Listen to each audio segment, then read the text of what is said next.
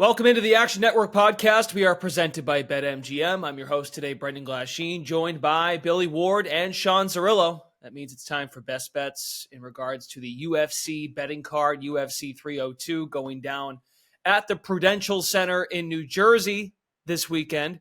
It's been a bit. We didn't have a podcast last week. There was a week off in the UFC, so we're back at it.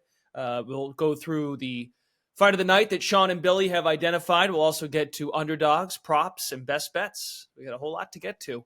We'll start with the main event, fellas. Islam Makhachev and Dustin Poirier is your head-to-head here in the lightweight title fight. Sean Zerillo, when we look at the line, of course, it's Makhachev, a significant favorite. What might be, first off, worthy price, and what's another approach to maybe betting it besides laying $600 to take home 100? Yeah, I do think the price is justified, and it's a very similar matchup stylistically to Poirier's last fight against Benoit Saint-Denis in terms of him just having to defend grappling and maybe having a puncher's chance to pull this thing off. And I think the most important factor to note is Dustin's age, 35 years old, and fighters who are 35 years old or older at 155 pounds or below, lightweight or below, or 0-15 in UFC title bouts. And I believe welterweights are 2-8 if you go up just a division higher. So that 35-year-old cut line seems to be, pretty significant for showing that drop off in age and athleticism and speed. And Dustin, before his last fight against Saint-Denis, had also been knocked out by Justin Gaethje. And I was expecting a decline in athleticism and speed, and didn't look like, the best version of himself across the first 7.5+ minutes of that fight against Saint-Denis, until he ultimately found the knockout. Just kept defending grappling, kept pulling guillotine, and kept scrambling back to his feet, and eventually Saint-Denis tired, and Dustin knocked him out. And we hadn't really seen Saint-Denis extended very much. He fights at a crazy pace that was likely to gas him out, but he also was dealing with staph infection coming into that fight. And staph infection can absolutely deplete your gas tank, deplete your strength, and deplete your effectiveness. Now, it is worth noting, it seems like Islam Makhachev might be dealing with staph infection on one of his legs. And if that is going to affect him at all, maybe Dustin does staph infection his way to the title through his past two opponents. But I don't think he should be getting a title shot here. One win removed from that loss to Gaethje, and shown in his loss to Charles Oliveira, like big grappling deficiency. And that is ultimately where I think he loses the fight. 63% takedown defense for his career. And when he's going against guys who are going to proactively grapple or really strong lessers like Makhachev, he shows very little resistance to those takedowns. He's not as adept of a scrambler typically as he showed in that Saint-Denis fight.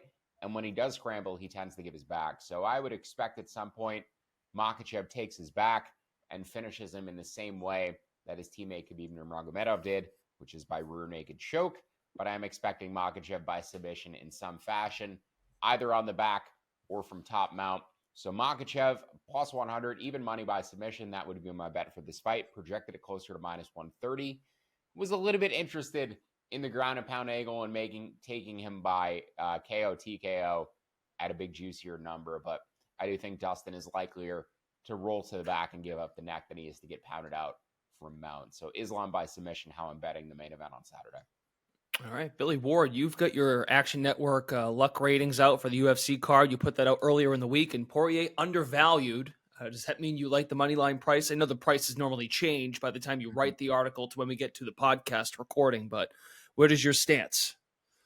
It does. I'm taking taking a swing on the underdog here. I think it was plus 475 at the time of the article, so kind of sort of called the top because it came down to about plus 450. Part of my logic there was just that the fan interest is going to be much higher on Poirier. You're almost certainly going to get some CLV at some point here if you can pick the top on Dustin Poirier.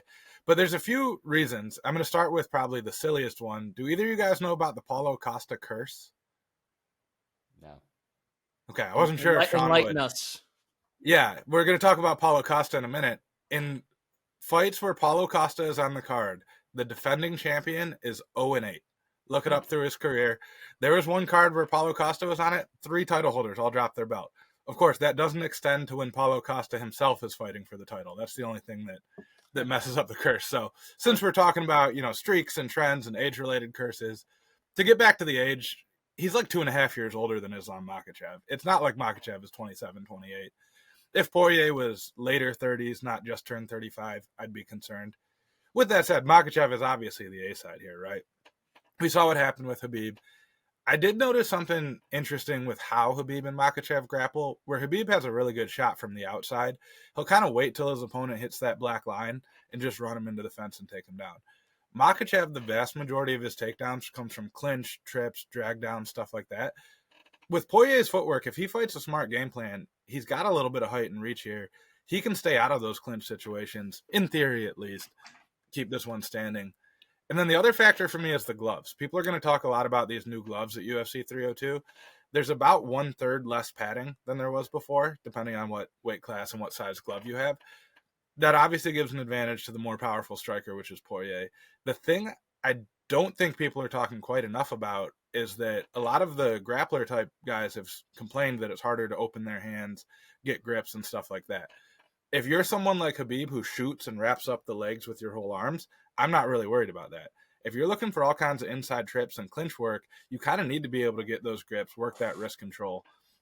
That's a huge part of Makhachev's game. So that's one thing. He said something complaining about the gloves this week in one of the interviews. He was not a fan of it.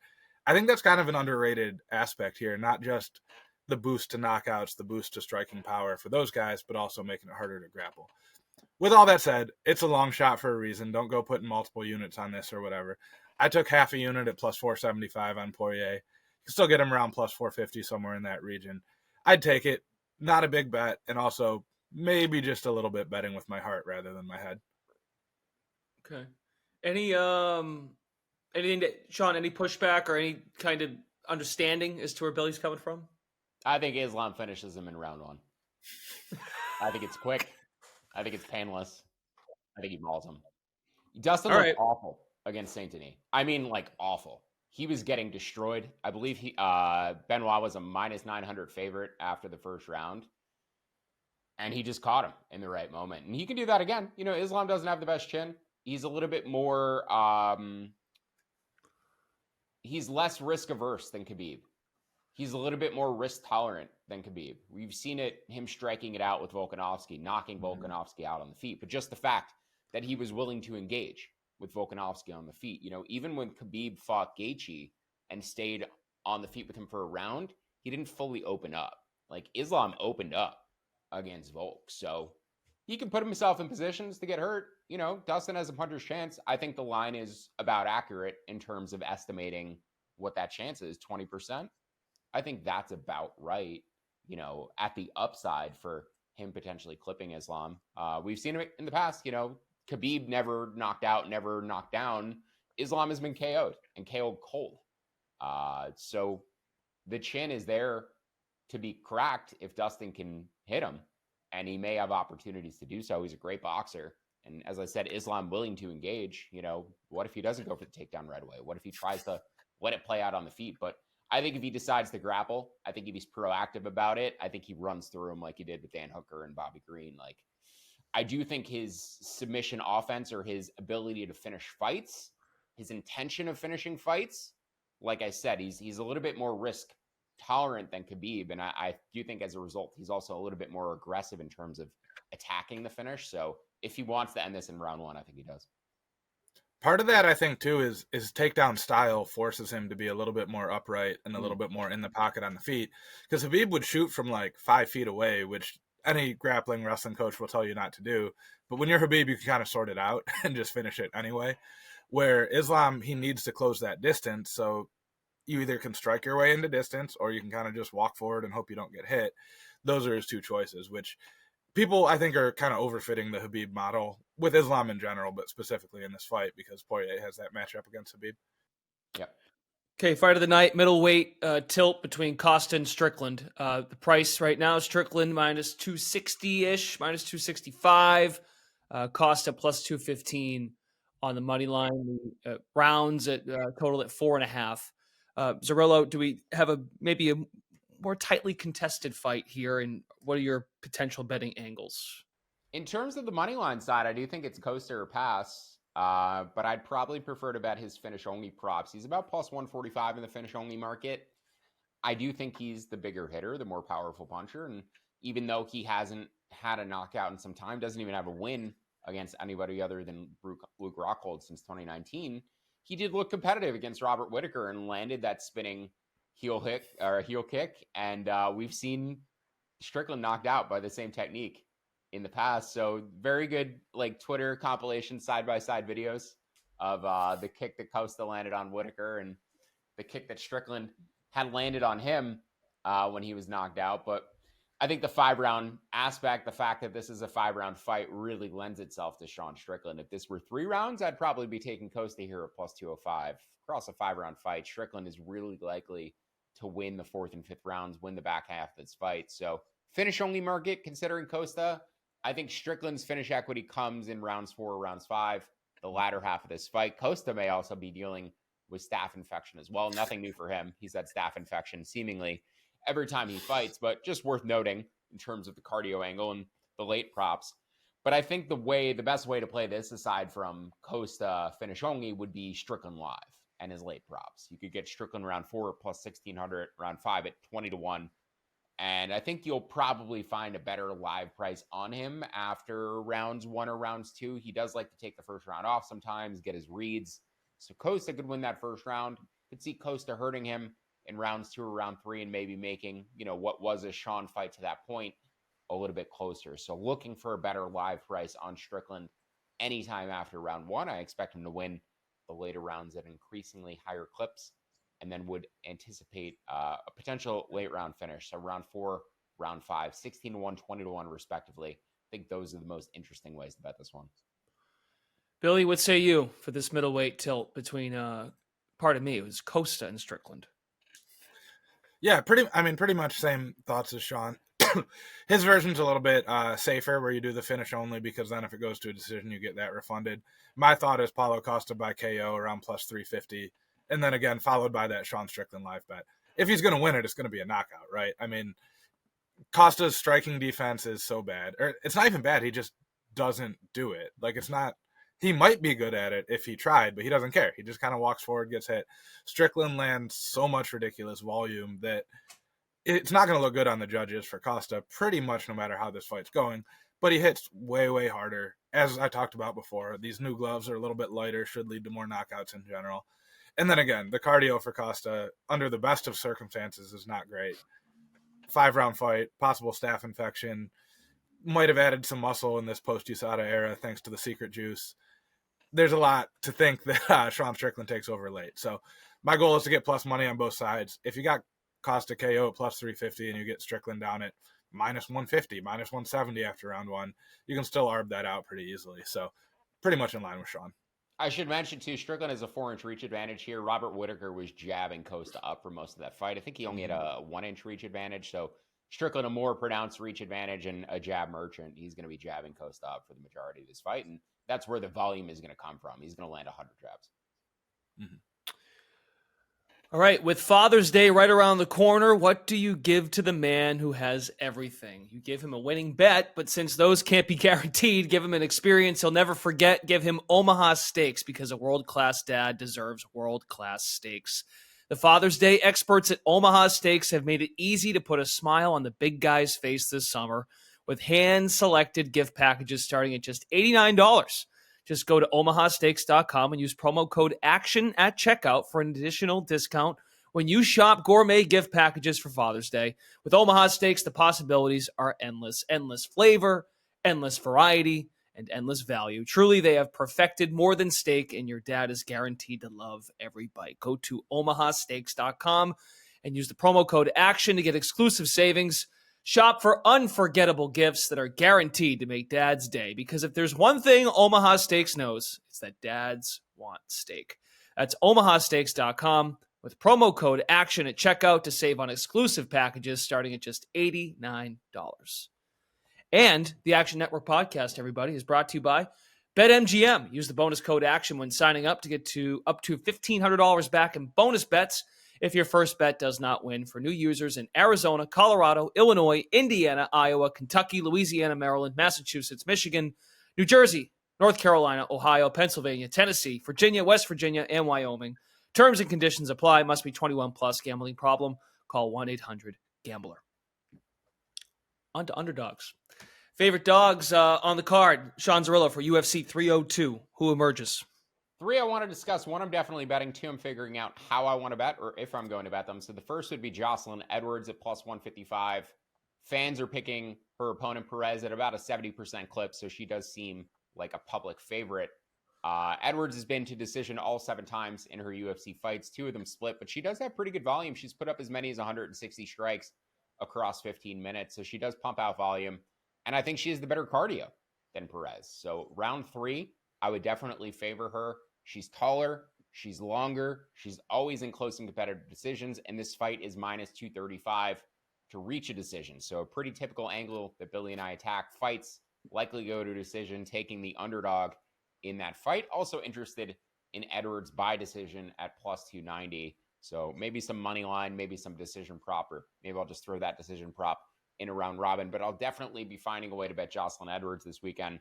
The 2 I'm less sure about. The first would be Mickey Gall at about plus 310. I think Basel Hafez, his opponent, is overrated after overperforming as a big underdog in his UFC debut. And again, another angle that Billy and I typically attack, a fighter swinging from a plus 500 underdog to a minus 400 favorite after overperforming but still losing in a split decision that I think ultimately he did deserve to lose based on damage. But just think the adjustment in the price is kind of insane on Basel here. He can grapple, but he's not a particularly potent striker, very sloppy with his technique. So not a guy who's going to separate on damage. And I think ultimately Mickey Gall being able to grapple makes this fight more competitive than that plus 310 money line indicates. So probably taking a shot on Mickey Gall in some respect at plus 310. And then lastly, Zaleski dos Santos at plus 155 as likely to benefit as anybody from the post-USADA era of UFC. This guy is a absolutely yoked older man, 37 years old. He is older than Brown. Brown is longer. Brown is taller, 5-inch reach advantage, 4 inches taller. He's also the faster man, but he gets hurt in every fight. I love Randy Rude Boy Brown. I love betting on him. He's from Queens. I'm from Queens. So there's a lot, that makes me support Randy Brown. He's also going to be the hometown fighter here. I believe he lives in New Jersey. But Zaleski can crack. And at some point, he will probably hurt Brown. And Brown seems to get clipped in every single one of his fights. So maybe Zaleski by knockout, maybe Zaleski on the money line, maybe an emotional hedge to my love for Randy Brown. But I do think Randy Brown on the main card could be in a little bit of trouble. I could absolutely see him getting clipped, and Zaleski being the one upset on the main card. Billy, your underdog. This is going to go against Zerillo's best bet later in the show, but, save your thoughts, Sean. Billy, your underdog play. Yeah, we got a fair amount of disagreement here. Only one of the ones he just mentioned. I'm fully with him on Jocelyn Edwards. Zaleski's probably the sharp side, too. I feel like he's been 37 for like 9 years at this point, but he is somehow still 37 years old. Not that big of an age gap. The only one I'm going to push back on what he just said, Mickey Gall actually already lost a grappling match to Basel Hafez and is clearly the worst striker and stuff. So it's typically in a Mickey Gall fight, you say, yeah, but he might be able to grapple. Not sure that's the case there. So probably not betting it myself because I'm not laying that kind of juice. Anyway, the one that I'm going with is Phil Rowe at plus 135. Heading into his last fight, he was on a 3-fight winning streak, all knockouts against relatively lower level competition. Took Neil Magny to a split decision. At this point, we all know how good Neil Magny is. He's upset so many prospects, sent so many guys back down the list. Matthews has never beat a ranked opponent, and he is a classic. Like, he's going to beat the guys he's supposed to beat, and he's not going to beat the guys he's not supposed to beat, right? Like, he's a good filtering level between, like, the kind of upper half of the division and lower half. I just don't think he's that great.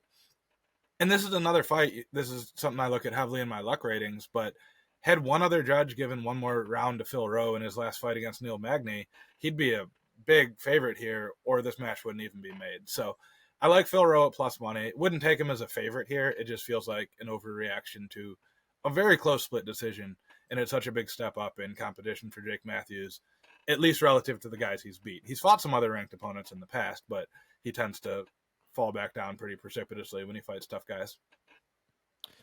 All right, how about props? UFC 302 prop market. What interests us this week?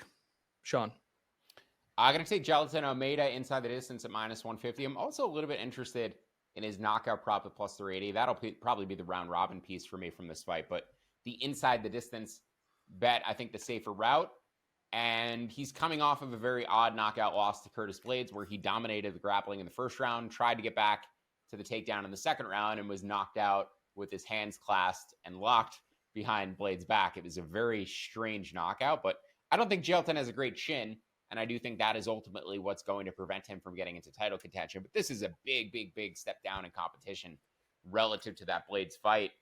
Romanov, not only a lower level UFC heavyweight, he can grapple, but he's not the better grappler in this fight. And I don't think his striking is enough to really threaten Almeida, but in terms of the athleticism and the physique and the speed differential, Jailton just destroys him. And Romanov is also a bit of a quitter. He looks ballooned up. You know, his physique is an absolute mess. He cut down to 235, 245 pounds for a couple of fights during this UFC heavyweight tenure. After that, he ballooned back up, and his physique right now looks as bloated as he has looked across, 5+ years in the UFC now. So physically, doesn't look like he's there. Doesn't look like he's working particularly hard prepping for these fights. Jailton Almeida is as ripped as any fighter you will find in the division. He should be fighting a division lower, potentially even, but has found it easier to just not cut too much fighting at heavyweight. So expecting him to take down Romanov pretty quickly, or maybe not even go for the takedown and finish the fight with some body kicks or some strikes. But yeah, I think Romanov's a quitter. I don't like his gas tank. Almeida should finish him, and he has sufficient cardio for at least 15 minutes. He proved in that Derek Lewis fight where he had to keep taking Lewis down across 25 minutes and eventually went to a full main event decision that he can last and he can extend his gas tank across a 15-minute fight at minimum. So like Almeida inside the distance, and I think Romanov likelier to turtle up and get finished by ground and pound than he is to let a submission get sunken in. But that's just more of a greasy theory with regards to the KO prop. I think he finishes it one way or another. All right. And Billy, you're going to go to the same fight and discuss Almeida from a prop standpoint. Yeah, I am. And I did the fight preview for this one at Action Network. So go check out the article for more details. Heavily correlates with Sean, but I was surprised his under 2.5 takedowns line was at plus money earlier in the week. Now it's about minus 120. For a lot of the reasons that Sean said, I think that's a really good bet to take. One, he could just choose to strike here. Like, that's probably where his bigger advantage is against Romanov. Romanov was, a world level freestyle wrestler before getting into MMA. Romanov did a grappling tournament recently where he weighed in north of 280. So, that's a big boy to try to take down. If I'm fighting a bigger, less skilled guy, striking is easier than grappling. So that's one. The other part, he might take him down once or twice, and that's just it. When you're that big, it's real hard to get up for everyone other than Derek Lewis. Derek Lewis totally breaks that mold. Every other heavy fighter, once they get put on their back, it's kind of like this is where the round's going to go. So unless it goes all 3 rounds, hard for him to get a third takedown. And yeah, as Sean pointed out, I think he just finishes them once they're down there anyway, which is another factor to it. We all think of Almeida as a grappler, but his foundation was boxing. He boxed for quite some time before he ever even learned any grappling. I'm guessing, he got some pushback from the fans and Dana White for not finishing Derek Lewis. And then he got himself knocked out by not extending for the finish against Curtis Blades. If you're Jailton Almeida, there's a lot of incentives here to, once you get a guy down, work a little bit harder to get the finish. Don't just coast these rounds out. Because at heavyweight, everyone hits so hard. Even a guy like Alexander Romanov can mess around and catch you with one. So I expect to see a more aggressive Jailton Almeida, which lends to both of Sean's bets. But I also think kind of an alternate angle on that is you take those under on takedowns. There's just way more ways for that to go right than it to go wrong. Pretty much the only way it goes wrong is a repeat of the Derek Lewis fight over 3 rounds where it's 1 takedown per round. Okay, makes sense. I mean, I understand the correlation there, and there's just another way of going about it. Very good. Okay, here we go. Jake, best bets. Jake Matthews. Why is Jake Matthews your pick, Sean Zerillo? So going against Billy from the earlier segment. I have a couple of best bets, or one best bet, one final bet, but I think I do prefer Matthews as my best bet. And I thought Rowe looked fucking awful in that fight against Magny. Actually, if he was relatively competent, I think he destroys Magny. He kept accepting bottom position. This is a guy who takes a lot of grappling matches, loses a lot of grappling matches, but he's very confident in his grappling. The problem is, once you take him down, once you put him on his back, he stays there. He doesn't try to get up. And he has the height and the reach, but he doesn't use it. And that's like my biggest problem with Phil Rowe as a fighter. He prefers to use his length in grappling exchanges. He doesn't like jab from the outside. He has really long, straight punches, but he takes an hour to set them up. I mean, even the knockout he had over Jason Witt, like everybody saw the right hand coming except for Jason Witt, who has one of the worst chins in the UFC. But yeah, I think Jake Matthews is just the much more well-rounded fighter aside from the physical advantage. Rowe has 7-inch reach advantage. Huge, right? 4 inches taller. But Matthews is going to kick the crap out of his legs. He's the better offensive grappler. I think he's going to get on top of Rowe and keep him on his back. The biggest issue for me, the biggest concern for me is Matthews' chin. We've seen him chin checked in the past. He's been knocked down in other fights.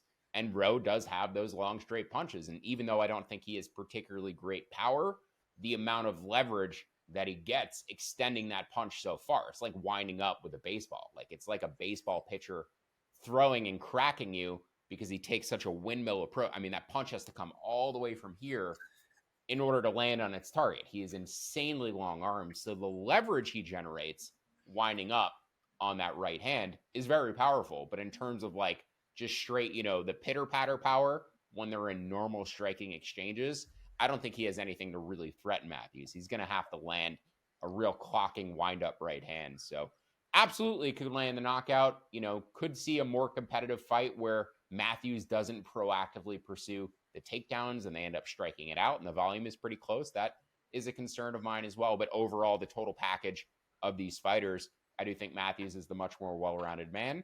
Just a little bit concerned about the physicality angle with the height and the reach on the ground and what that looks like. But yeah, I think Matthews has him covered here. And I just really didn't like how Rowe looked against Magny. I thought Magny looked terrible. And I thought by comparison, Rowe also looked really bad.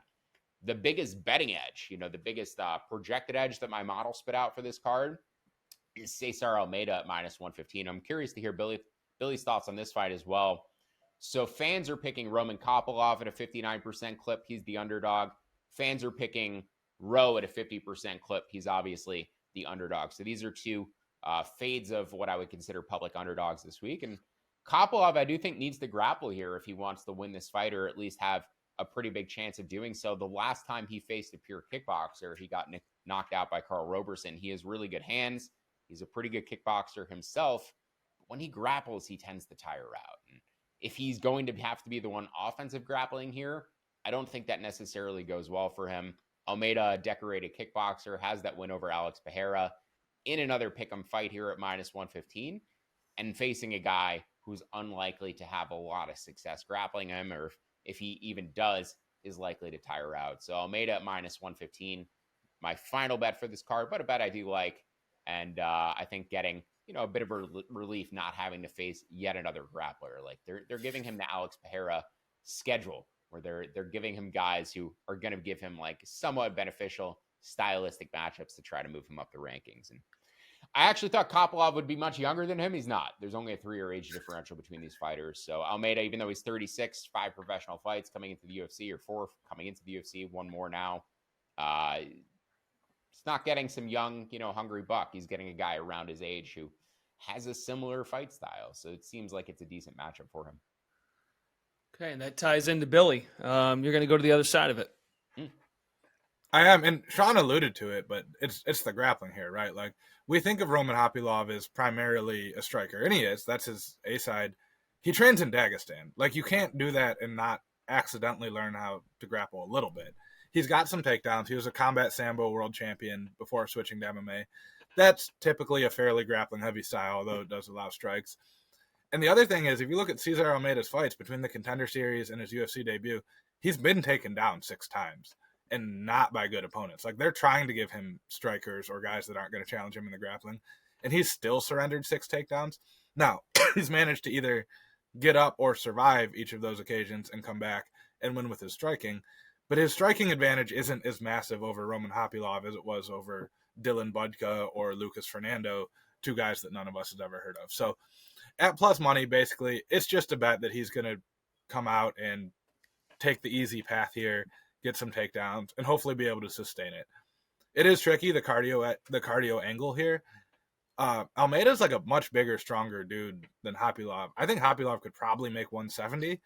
When we're banking on cardio, that does kind of help a little bit, though, is not carrying all that extra weight. So The question mark is in the cardio, but at plus money, grappler versus striker, at least in the context of this matchup, I'm pretty much always going to take the grappler. I think I'd actually bet Almeida live after round 1 if Kopylov lands takedowns, but Almeida doesn't go away because he stays really calm. He doesn't waste that. That's my favorite thing about him is he doesn't waste any energy trying to get up. He's very, very calm. He almost accepts positions knowing that he's going to find his chances to rally or, get up eventually or at least wait out the round and then get back to striking. So if he gets taken down, Kopylov dominates round 1 on the ground or at least holds position for a long time. And then Almeida's plus 250, plus 300 after getting dominated on the ground in round 1. I would probably jump on it on live because he actually just decides I'm not going to waste any energy. I'm going to wait till we get this back on the feet and then use my energy to defend takedowns. So he's an interesting fighter. He's very calculated. And I think a lot of that lends itself to fight IQ. And given the fact that Kopylov has faded after grappling in the past, I think that could ultimately be where the fight swings. So live and Almeida, I think, would be an interesting angle as well. The live is, I actually think, a really good point here as well. Especially, this is one where if you have, UFC Fight Pass and can watch what the corners are saying in between and the body language of Kopylov, you might also need to speak Russian for this to be of any use to you. So, this is a pretty small market here that I'm addressing. But are they telling him, take him down and just destroy him, maul him, go for a finish? I don't want to hear that from Kopylov because that's going to give Almeida the advantage. The path for Kopylov is to make it as boring of a fight as possible. Yeah. Just do just enough to not get stand up, hug him in there, kind of just hug him, throw a couple strikes here and there, grind out some rounds. I don't know that he's going to do that, and I'm not, going to lay a big price on that. So the plus money is a big part of this. But yeah, if you see him looking tired or overextending or making mistakes in the grappling, that's a good point. If I can get better than plus 200 on the other side and kind of guarantee a profit either way, I'm certainly going to do that. Yeah, I mean, he's going to grapple in round 1 if he's going to grapple at all, right? He's not going to come out and strike for 5 minutes and then probably mix in the grappling. That seems much more unlikely. He's probably going to go for it right away. Unless he gets caught, at some point, and then just oh crap, yeah, I can't strike with him. This is one where I wish I knew anyone in their camp who could tell me what's the plan here, guys? Because if you're going to do the Sean Strickland against Pereira, where you're no, I could strike with this guy, it's going to go horribly. If you have someone who's telling you the way to win this, there's a pretty wide open, clear path to do it. I just don't necessarily know that he's going to take it. He's landed takedowns in the past, though. It's not like it would be a first-time thing for him. There's some fights where we speculate, I think even Bruno Silva, when he faced Pereira, it was well, Bruno Silva's a kickboxer. Is he really going to try to grapple? And he did. He actually shot offensive takedowns, even though he had never really done that in the past. At least Kopylov has shown a willingness to shoot them and land them against other opponents. So it is in there. Healthy back and forth. It's something about UFC that's different than other sports when there's disagreement, where it's well, it's so binary. It's good. Yeah, this is some real bragging rights kind of stuff. And then we both spent half the segment trying to defend the other person's point instead of our own. I think it's important when you're placing a bet, especially any bet in any sport, but especially with fights, you should be making an argument for the other side. And if you can't do it, make your bet. But if you can't make a legitimate argument, or if you can make a legitimate argument why somebody should bet the other side or why you should consider betting the other side, reevaluate your bet. I think you do need. I think a lot of people they have their opinion about a way a fight might go, or they have their opinion about a bet they want to make, but they don't consider the alternative possibilities or maybe ways that they could bet something slightly better, or maybe waiting, after round 1 to bet an underdog because you're going to get a better live price because they're going to lose that round 1. So no matter what, I think the sport teaches you a lot, but I think the number one thing it teaches you is that there's probably always a better way to find more value betting the same expectation. And number 2, be really sure about your opinions and make sure that you've covered all possibilities and iterations for the way something could play out, because there's a lot to think about and there's a lot of minutia. But yeah, I often find that when I'm heavy on a side or when Billy's heavy on a side, we end up talking about the other side and why we think it has a chance, because I think we're trying to just run through the possibilities of everything that could happen. So yeah, healthy back and forth, but fights lead to that, and I think they're interesting to break down. Not the best card, top to bottom, not the biggest names, but I think a lot of interesting fights. Some real deep thinking there for you on your way out to the weekend. Good stuff from Sean. Things to consider. All righty. Very good. Again, you can catch UFC 302 in Newark, New Jersey at the Prudential Center. Early prelims start at 6:30 Eastern, ESPN Plus. Then they'll slide over to E2, ESPN, also ESPN Plus, 8 o'clock for the other round of prelims, and the main card on pay-per-view at 10 o'clock. Very good. There's your UFC 302 betting preview for Sean Zerillo, Billy Ward, Brendan Glasheen. You can find more from these guys in the Action Network app. Also, all of our UFC written audio, of course, the audio here, written and video content available, Action Network app and the Action Network YouTube page. Best of luck this weekend, especially to these guys going head-to-head. I'm curious to see how this goes. We'll join you next time here on the Action Network podcast, presented by BetMGM.